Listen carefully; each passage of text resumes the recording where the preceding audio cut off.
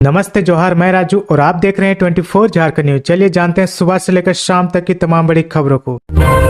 अनुबंध कर्मियों के बाद झारखंड की 42,000 सहिया भी गई हड़ताल पर। झारखंड सरकार के स्वास्थ्य विभाग की रीढ़ मानी जाने वाली 42,000 सहिया भी अनिश्चितकालीन हड़ताल पर चली गई है। जमशेदपुर में करीब 2,100 सहिया कर्मियों ने कार्य बहिष्कार किया। इसके अलावा धनबाद के टुंडी सहित अन्य जगहों से इसी तरह की जानकारी मिली है। विरोध के दौरान सहिया कर्मियों ने मानदेय बढ़ाने और नियमितीकरण की मांग की। खास बात यह है कि सहियाओं पर संस्थागत प्रस्ताव के साथ ही स्वास्थ्य सेवाओं के 14 बिंदुओं पर काम करने की अहम जिम्मेदारी है। इधर सहियाओं के हड़ताल की घोषणा से स्वास्थ्य विभाग में हलचल तेज हो गई है। पहले से ही करीब 6 से 7,000 अनुबंध कर्मियों के हड़ताल पर रहने से स्वास्थ्य सेवाओं पर खराब असर पड़ रहा। अब राष्ट्रीय स्वास्थ्य मिशन ने हड़ताल से निपटने के इंतजाम शुरू कर दिए हैं। इसके तहत एहतियातन सभी सिविल सर्जन को पत्र लिखकर जिम्मेदारी तय की गई है। मुख्यमंत्री हेमंत सोरेन ने कहा, बंगाल को बंगाली चलाते हैं, गुजरात को गुजराती, झारखंड को झारखंडी ही चलाएंगे। मुख्यमंत्री हेमंत सोरेन ने खत्यानी जोहार यात्रा के दौरान सोमवार को भाजपा पर जमकर हमला बोला। उन्होंने कहा कि राज्य में 20 वर्षों के बाद पहली बार आदिवासी मूलवासी की सरकार बनी तो भाजपा के पेट में दर्द शुरू हो गया है। भाजपा के लोग सरकारी एजेंसियों का दुरुपयोग कर सरकार को परेशान कर रहे, लेकिन सरकार डरने वाली नहीं है। ईडी ने साहिबगंज डीसी से 9 घंटे की पूछताछ। स्टीमर दुर्घटना पर अपनी ही रिपोर्ट के तथ्य भूले। साहिबगंज में 1,000 करोड़ के अवैध खनन व उससे अर्जित राशि की मनी लॉन्ड्रिंग के मामले में जिले के डीसी रामनिवास यादव से सोमवार को ईडी ने लंबी पूछताछ की। यादव सुबह 11 बजे ईडी के रांची जोनल ऑफिस पहुंचे। अवैध खनन से जुड़े अधिकतर सवालों के जवाब में रामनिवास यादव ने याद नहीं आने की बात कही है। ऐसे में ईडी ने सभी सवालों के जवाब के साथ उन्हें 6 फरवरी को दोबारा एजेंसी के समक्ष उपस्थित होने का समन दिया है। उन्हें कई सवालों की सूची भी ईडी ने सौंपी है, जिसके विवरण की मांग की गई है। रामनिवास यादव पूछताछ के बाद शाम 6 बजे ईडी जोनल ऑफिस से बाहर निकले। झारखंड बजट 2023 में आधारभूत संरचना पर रहेगा हेमंत सरकार का जोर। हेमंत सरकार वित्तीय वर्ष 2023-24 के बजट की तैयारी में जुट गई है। जन कल्याणकारी योजनाओं पर केंद्रित बजट की योजना लेकर बढ़ रही राज्य सरकार अब आधारभूत संरचना के विकास पर जोर देगी। स्वास्थ्य के क्षेत्र में संस्थागत ढांचा का विकास करके लोगों को जिला प्रमंडल स्तर पर ही बेहतर और गुणवत्तापूर्ण सुविधा उपलब्ध कराया जाएगा। एम्बुलेंस सेवा दुरुस्त की जाएगी। आशा और सहिया की समस्याओं को दूर करने के लिए भी राज्य सरकार रास्ता निकालेगी। स्वास्थ्य के अलावा शिक्षा राज्य सरकार की प्राथमिकता में शामिल है। मुख्यमंत्री हेमंत सोरेन मार्च के बाद शिक्षा के क्षेत्र में बड़े बदलाव के साथ सामने आने की बात कह चुके हैं। निजी स्कूलों की तर्ज पर सरकारी स्कूलों का विकास किया जा रहा। 80 उत्कृष्ट विद्यालय तैयार हो चुके हैं। दूसरे चरण में 325 प्रखंडों के आदर्श विद्यालय खोलने पर जोर रहेगा। झारखंड के लिए गर्व करने का समय। शहीद लांस नायक अल्बर्ट इक्का के नाम से जाना जाएगा अंडमान निकोबार का द्वीप। परमवीर चक्र विजेता अल्बर्ट इक्का के नाम पर अंडमान निकोबार में द्वीप का नामकरण किए जाने से बलिदानी अल्बर्ट इक्का के परिवार में खुशी का माहौल है। नामकरण कार्यक्रम में शामिल होने के लिए अल्बर्ट इक्का के पुत्र भिनसेट इक्का को आमंत्रित किया गया। वे अंडमान निकोबार में ही हैं। सरकार के इस कदम से न केवल अल्बर्ट इक्का का सम्मान होगा, बल्कि एक छोटे से प्रखंड का भी नाम होगा। जारी प्रखंड में जैसे ही ग्रामीण को पता चला कि आज परमवीर चक्र विजेता अल्बर्ट इक्का के नाम पर अंडमान निकोबार में द्वीप का नामकरण अल्बर्ट इक्का के नाम पर किया जाना है, लोगों में खुशी की लहर दौड़ गई। आगे बढ़ने से पहले अगर अभी तक आपने इस चैनल को सब्सक्राइब नहीं किया तो प्लीज सब्सक्राइब कर ले, जिससे आपको झारखंड की हर छोटी से बड़ी खबर की अपडेट आप तक पहुंचता रहे। सहायक टाउन प्लानर नियुक्ति मामले में विस्तृत सुनवाई 25 जनवरी को झारखंड हाईकोर्ट के जस्टिस एस चंद्रशेखर व जस्टिस रत्नाकर भोंगरा की खंडपीठ में सहायक टाउन प्लानर नियुक्ति के मामले में एकल पीठ के आदेश के खिलाफ दाखिल अपील पर सुनवाई हुई। सुनवाई के दौरान प्रार्थियों की ओर से बहस की गई। वरीय अधिवक्ता अजीत कुमार ने अदालत को बताया कि विज्ञापन जारी होने के बाद शर्तों में बदलाव नहीं किया जा सकता है। जेपीएससी ने ऐसा करके नियमों का उल्लंघन किया। जेपीएससी ने वैसे अभ्यर्थियों का चयन कर लिया जिनके पास विज्ञापन के अंतिम तिथि तक institute of town planner of India का पंजीकरण प्रमाण पत्र नहीं था।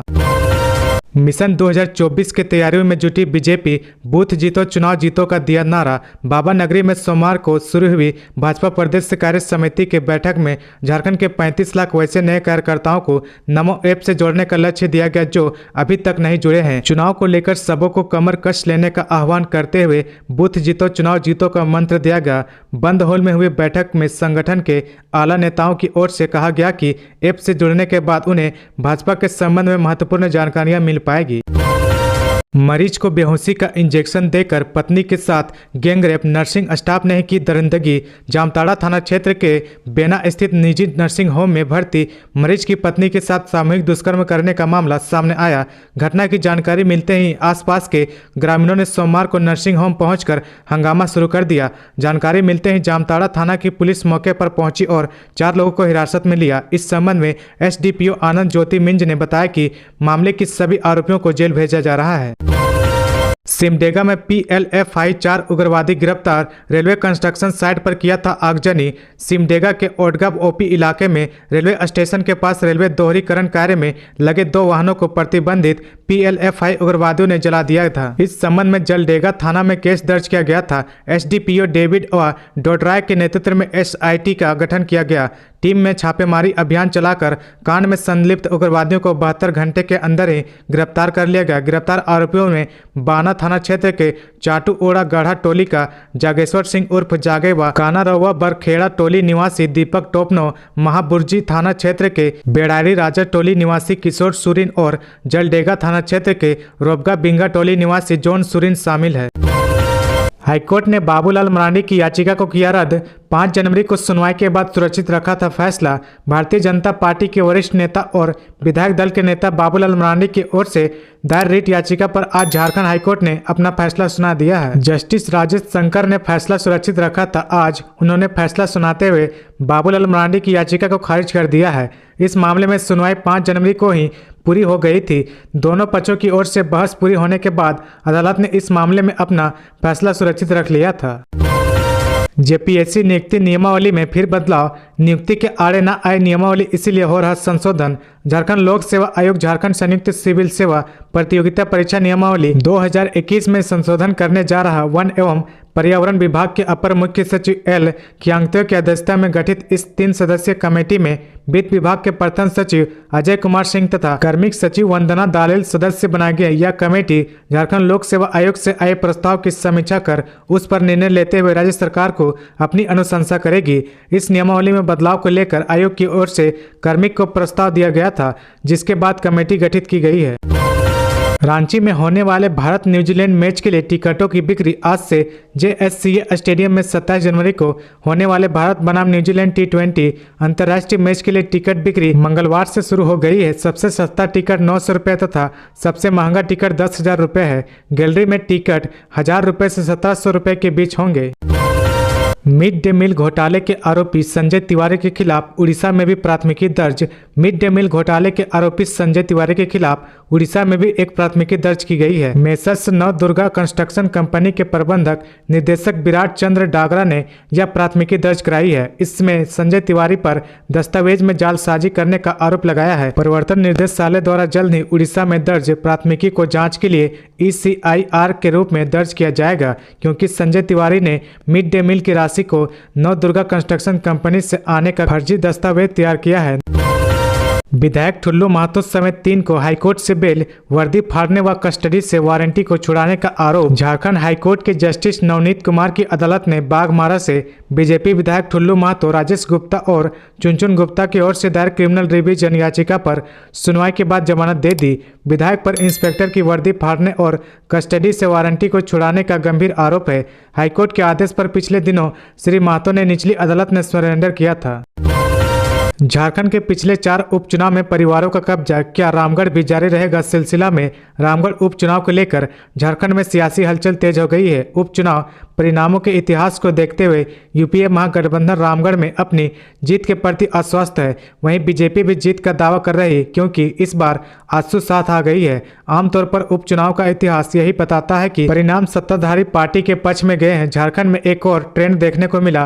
प्रदेश में पिछले 4 उपचुनाव के परिणाम बताते हैं कि जीत परिवार के सदस्य को ही मिली है। संभवतः जीत हासिल करने वाले प्रत्याशी को जनता की सहानुभूति मिली। झारखंड में यूपीए महागठबंधन ने सहानुभूति को परिणामों में बदला भी है। सवाल है कि क्या रामगढ़ उपचुनाव में भी यह सिलसिला बरकरार होगा? 2024 के लोकसभा चुनाव में चाईबासा राजमहल सीट पर होगा फोकस। देवघर के मेहर गार्डन में भाजपा की प्रदेश कार्य समिति की 2 दिवसीय बैठक सोमवार को शुरू हुई। बैठक में सुभाष चंद्र बोस की जयंती पर भाजपा ने राज्य सरकार के खिलाफ उलगुलान का निर्णय लिया। वहीं वर्ष 2024 के लोकसभा चुनाव में चाईबासा व राजमहल की सीट पर अधिक फोकस करते हुए राज्य के सभी 14 लोकसभा सीटों को जीतने का लक्ष्य रखा गया है। इसके लिए ग्रास रूट पर काम की रणनीति बनाई गई है। तय किया गया कि 5 फरवरी तक सभी जिलों में कार्य समिति की बैठक कर ली जाएगी। तो ये थी आज की झारखंड की टॉप बड़ी खबरें। इसी तरह झारखंड की हर छोटी सी बड़ी खबर देखने के लिए आप हमारे चैनल 24 झारखंड न्यूज को सब्सक्राइब करके बेल आइकन प्रेस कर ले, जिससे आपको झारखंड की हर छोटी सी बड़ी खबर की अपडेट आप तक पहुंचता रहे। तो आज के लिए बस इतना ही। हमें दीजिए इजाजत, फिर मिलते हैं नेक्स्ट न्यूज में।